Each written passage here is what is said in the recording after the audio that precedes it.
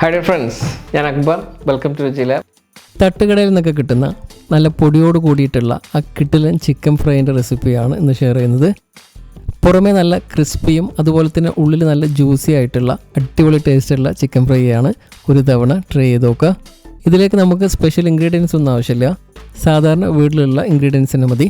വീഡിയോയിൽ കിടക്കുന്നതിന് മുമ്പായിട്ട് ഇതുപോലുള്ള ടേസ്റ്റ് റെസിപ്പികൾക്ക് വേണ്ടിയിട്ട് ചാനൽ സബ്സ്ക്രൈബ് ചെയ്യുക. അതുപോലെ തന്നെ വീഡിയോ ഇഷ്ടമായിട്ടുണ്ടെങ്കിൽ ഒന്ന് ലൈക്ക് ചെയ്യുക, മറ്റുള്ളവരിലേക്ക് ഷെയർ ചെയ്ത് കൊടുക്കുകയും ചെയ്യുക. നമ്മുടെ തട്ടുകട സ്റ്റൈലിലുള്ള ഈ സ്പെഷ്യൽ ചിക്കൻ ഫ്രൈ എങ്ങനെയാണ് തയ്യാറാക്കാൻ നോക്കാം.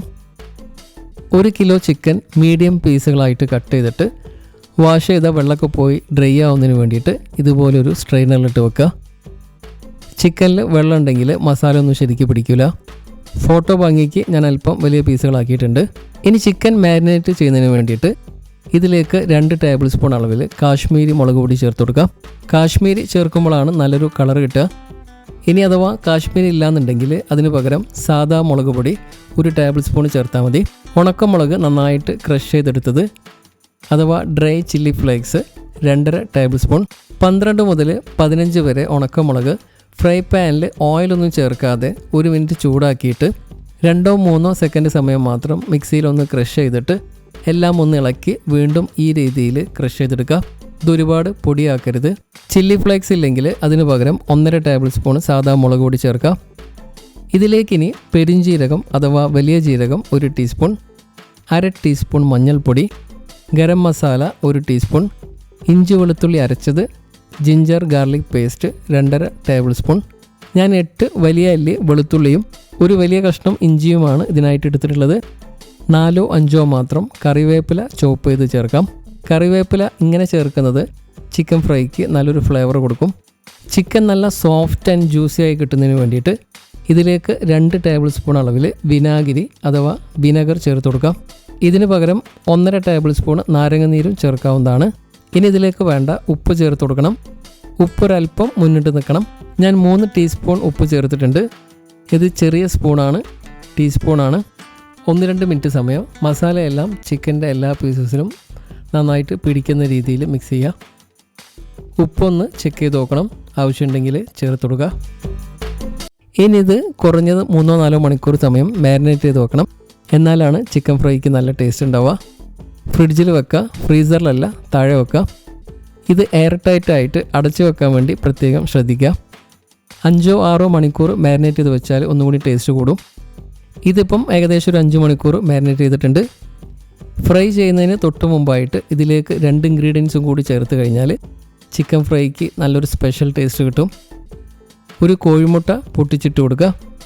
കൂടെ 2 ടേബിൾ സ്പൂൺ അളവിൽ കോൺഫ്ലോറും കൂടി ചേർത്ത് കൈ വെച്ച് 1-2 മിനിറ്റ് സമയം നന്നായിട്ട് മിക്സ് ചെയ്യുക. കോൺഫ്ലോറൊക്കെ ചിക്കൻ്റെ എല്ലാ പീസസിലും നന്നായിട്ട് കോട്ടാവണം. കോഴിമുട്ട ഓപ്ഷനിലാണ്, ചേർക്കണമെന്ന് നിർബന്ധമില്ല. ഇത് രണ്ടും ഫ്രൈ ചെയ്യുന്നതിന് തൊട്ട് മുമ്പ് മാത്രമേ ചേർക്കാൻ പാടുള്ളൂ. ഞാൻ വെളിച്ചെണ്ണയിലാണ് ഫ്രൈ ചെയ്യുന്നത്. വെളിച്ചെണ്ണയാകുമ്പം നല്ലൊരു നാടൻ ടേസ്റ്റ് കിട്ടും. ചിക്കൻ പീസസ് പകുതിയെങ്കിലും മുങ്ങിക്കിടക്കാൻ പാകത്തിലുള്ള എണ്ണ വേണം. സ്റ്റൗ ഹൈ ഫ്ലെയിമിൽ വെച്ചിട്ട് എണ്ണ നന്നായിട്ട് ചൂടായതിനു ശേഷം മാത്രം ചിക്കൻ പീസസ് ഓരോന്നായിട്ട് എണ്ണയിലേക്ക് വെച്ച് കൊടുക്കുക. എല്ലാം ഒന്നിച്ചിട്ട് കൊടുക്കരുത്, 2-3 ബാച്ചുകളായിട്ട് ഫ്രൈ ചെയ്തെടുക്കുക. ചിക്കൻ ഇട്ട പാടെ ഇളക്കി കൊടുക്കരുത്, മസാല കലങ്ങിപ്പോവും. ചിക്കൻ ഇട്ട് കൊടുത്താൽ തീ കുറച്ച് മീഡിയം ഫ്ലെയിമിൽ വെക്കുക.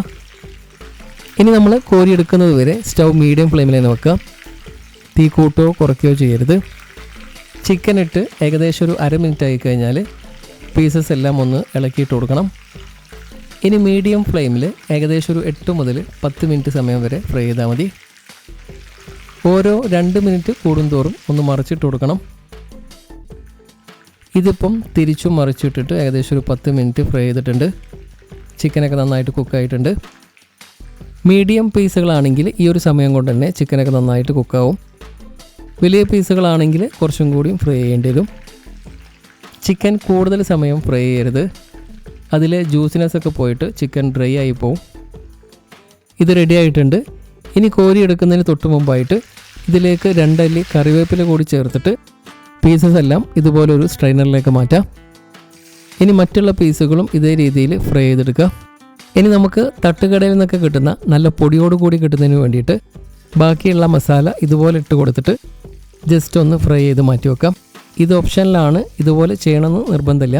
ഈ പൊടി ചിക്കനിലിട്ട് നന്നായിട്ട് മിക്സ് ചെയ്യുക. നമ്മൾ മുമ്പ് ചെയ്ത നല്ല ഫീഡ്ബാക്ക് കിട്ടിയിട്ടുള്ള ഹോട്ടൽ സ്റ്റൈലിലുള്ള ചിക്കൻ ചുക്കൻ്റെ റെസിപ്പിയാണിത്. ഈ ലിങ്കിൽ ക്ലിക്ക് ചെയ്ത് കാണാം. കല്യാണ പാർട്ടിയിലൊക്കെ കിട്ടുന്ന കിടിലൻ ചിക്കൻ ഫ്രൈൻ്റെ റെസിപ്പി നിങ്ങൾക്ക് ആവശ്യമുണ്ടെങ്കിൽ കമൻറ്റിൽ യെസ് എന്ന് ടൈപ്പ് ചെയ്യാം. അപ്പോൾ നിങ്ങൾ ട്രൈ ചെയ്തിട്ട് ഫീഡ്ബാക്ക് കമൻറ്റിലൂടെ അറിയിക്കാൻ മറക്കരുത്. മറ്റൊരു വീഡിയോ ആയിട്ട് കാണാം. Thank you so much for watching.